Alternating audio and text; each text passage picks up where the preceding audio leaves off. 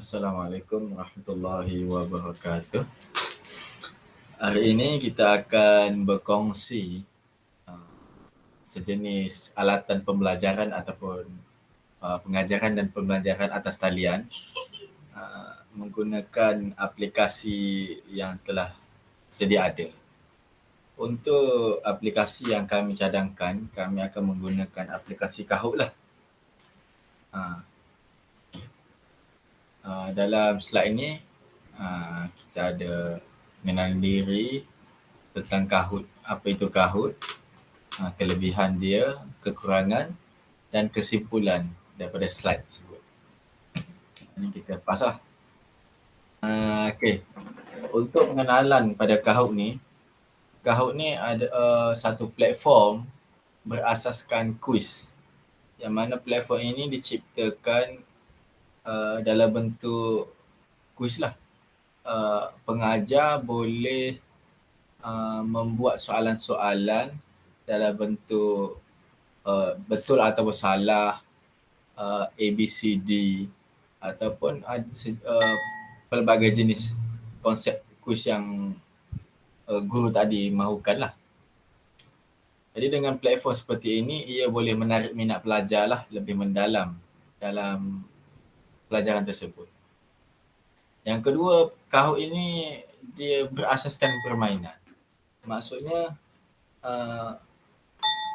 dia akan menarik minat pelajar, terutamanya pelajar yang tidak aktif, sebagai pelajar introvert yang lebih suka menyendiri. Dengan aplikasi ini kita dapat menarik perhatian mereka untuk lebih memberi reaksi terhadap pengajaran yang sedang berlangsung. Kahoot juga mempunyai soalan beraneka pilihan. Seperti mana saya terangkan tadi, Kahoot ada dalam bentuk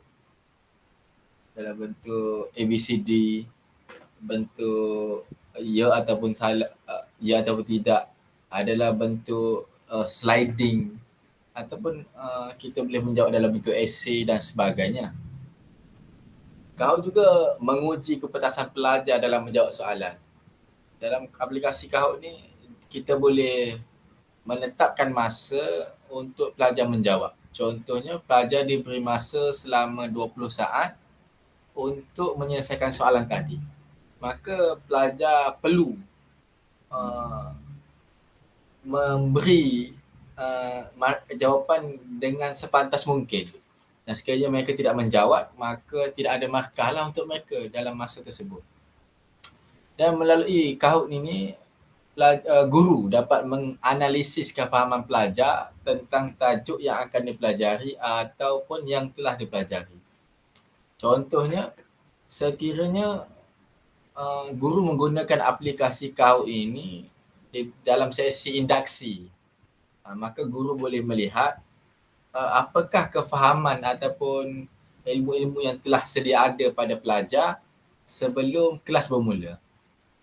Dan sekiranya guru menggunakan aplikasi Kahoot ini untuk sesi pengukuhan, iaitu sebelum kelas berakhir, guru dapat menilai adakah pelajar telah memahami apa yang telah mereka pelajari sepanjang kelas. Dan ini adalah kebaikan aplikasi Kahoot. Kenapa saya memilih Kahoot? Pertama, aplikasi ini menarik. Berbanding dengan slide seperti biasa ataupun guru sekadar memberi lecture di hadapan, dengan menggunakan aplikasi Kahoot ini, kita menarik minat pelajar dengan aplikasi yang berwarna-warni, aplikasi yang bermain dengan tona warna, maka pelajar lebih tertarik. Dan kesan daripada ini menyebabkan berlaku persekitaran yang lebih aktif dalam kelas.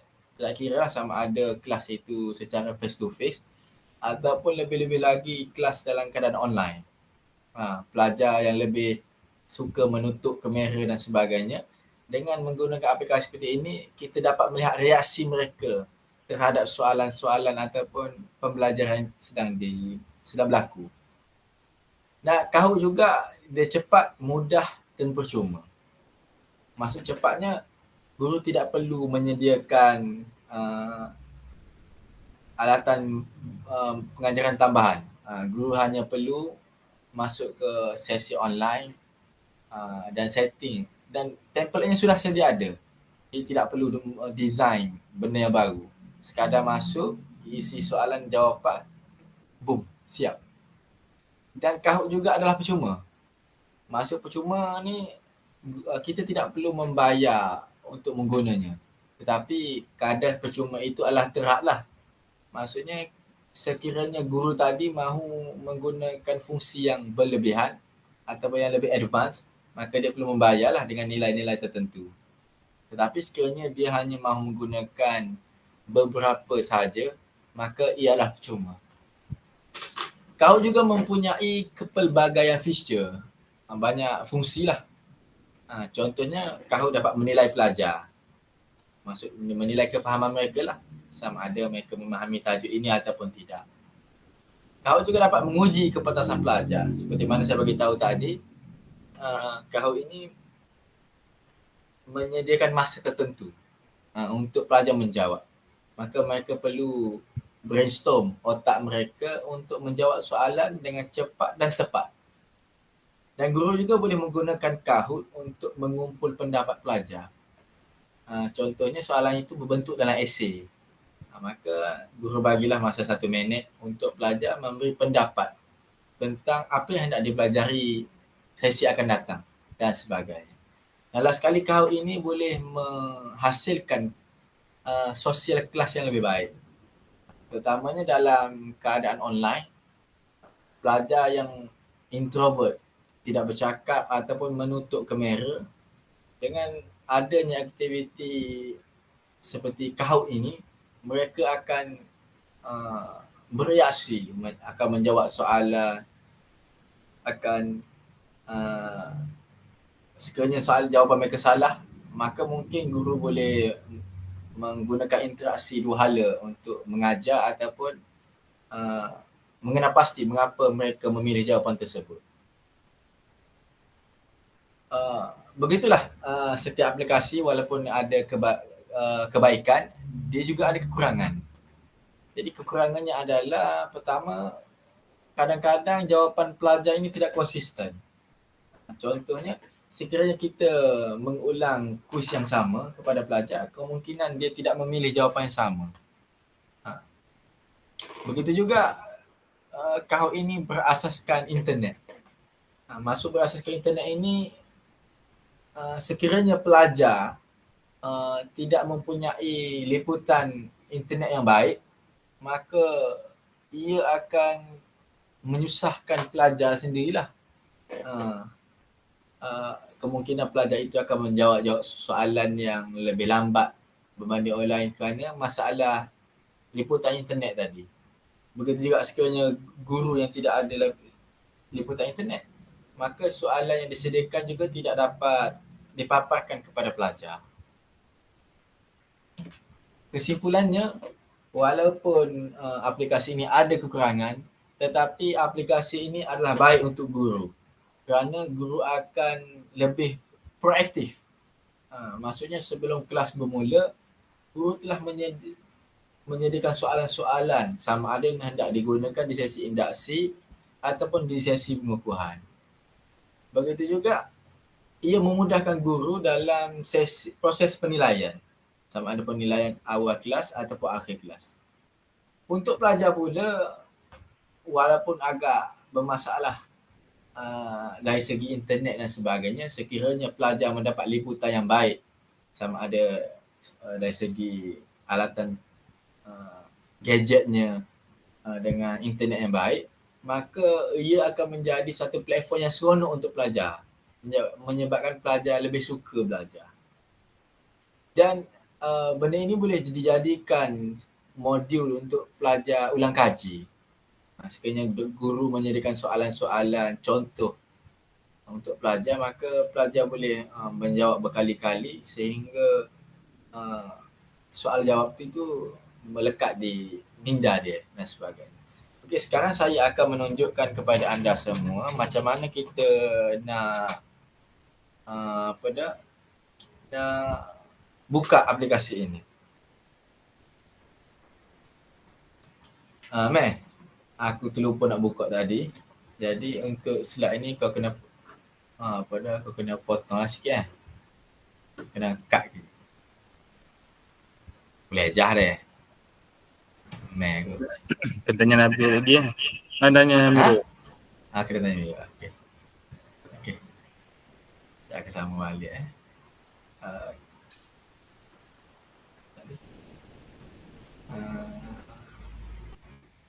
Mira. Aku buat dia topik tadi. Sebab tu aku pakai dua ni. Imi Syukri Yusof, Mir Yusof. Kau tukar nama lain. Tak ada tukar lah. Tukar ke mana? Tu lah. Tak apa lah doktor tak berasa ke. Window. Okey. Kita mula balik lah. Bismillah. Okey, sekarang saya akan mengajar anda semua macam mana kita hendak menggunakan aplikasi Kahoot. Untuk kali pertama kita guna, anda hanya perlu ke sign up lah. Pergi ke sign up, maka dia akan menyediakanlah beberapa soalan sama ada kita ni pelajar, orang profesional, guru ataupun kita menggunakan Kahoot ini untuk permainan keluarga sahaja. Macam saya sudah ada, maka saya terus login.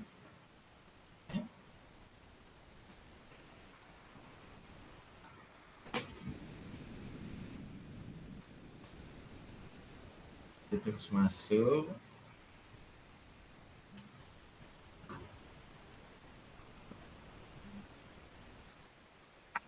Okey, ini adalah interface utamalah untuk Kahoot. Untuk macam saya guna adalah percuma. Sekiranya anda ingin Kahoot, anda boleh membuat bayaran lah, langganan. Contohnya untuk student, bilang anda boleh membayar sebanyak $4 lah, $4 untuk tiap bulan, ataupun $8 ataupun $10. Sebenarnya dia baik untuk kita kerana banyak fungsi-fungsi yang kita boleh guna. Sekiranya kita hanya menggunakan aplikasi yang percuma, maka kita hanya ada beberapa fungsi yang terhad sahaja.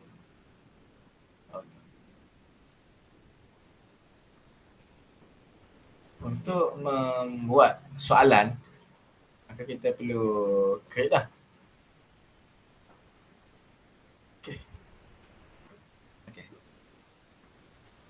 Seperti anda lihat, dia telah mengadakan beberapa template lah.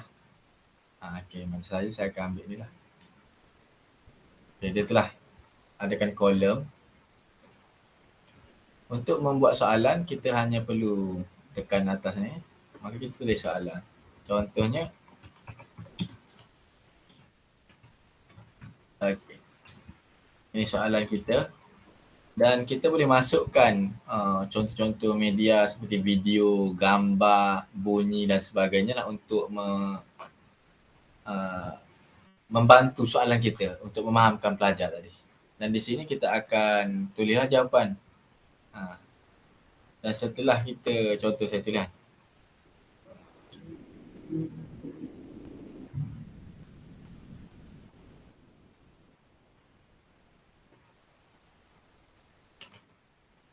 Contohnya.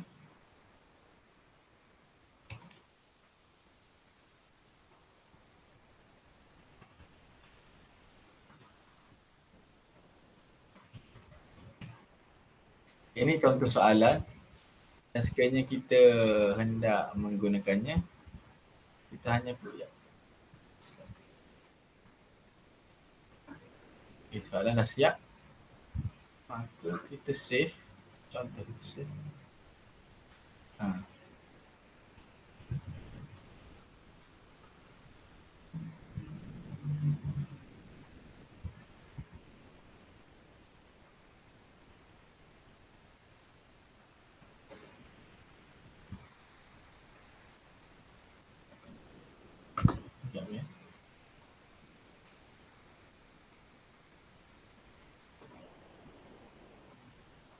Memang ni kena potong Potong sikit lah. Aku mengapu dah. Okey. Setelah kita membuat seperti ini, maka kita hanya perlu simpan lah. Dan kita boleh tambah lah. Contohnya, sekiranya soalan yang kita nak buat dalam bentuk kuis atau dalam bentuk betul atau salah, atau kita nak buat dalam bentuk esei, slider, puzzle dan lain-lain. Dan ada beberapa lagi lah. Sekiranya kita hendak membuat penilaian ataupun mengambil pandangan daripada student, maka kita boleh ambil fungsi-fungsi yang lain. Dan fungsi ini adalah berbayar. Dan kita boleh meletakkan masa lah. Untuk setiap soalan tu, kita dapat boleh menetapkan masa 5 saat, 10 saat, sehingga ke 4 minit. Berdasarkan keperluan soalan tadi. Ni sekiranya poin itu ada banyak lah. Kita boleh pilih dan sebagainya. Okey.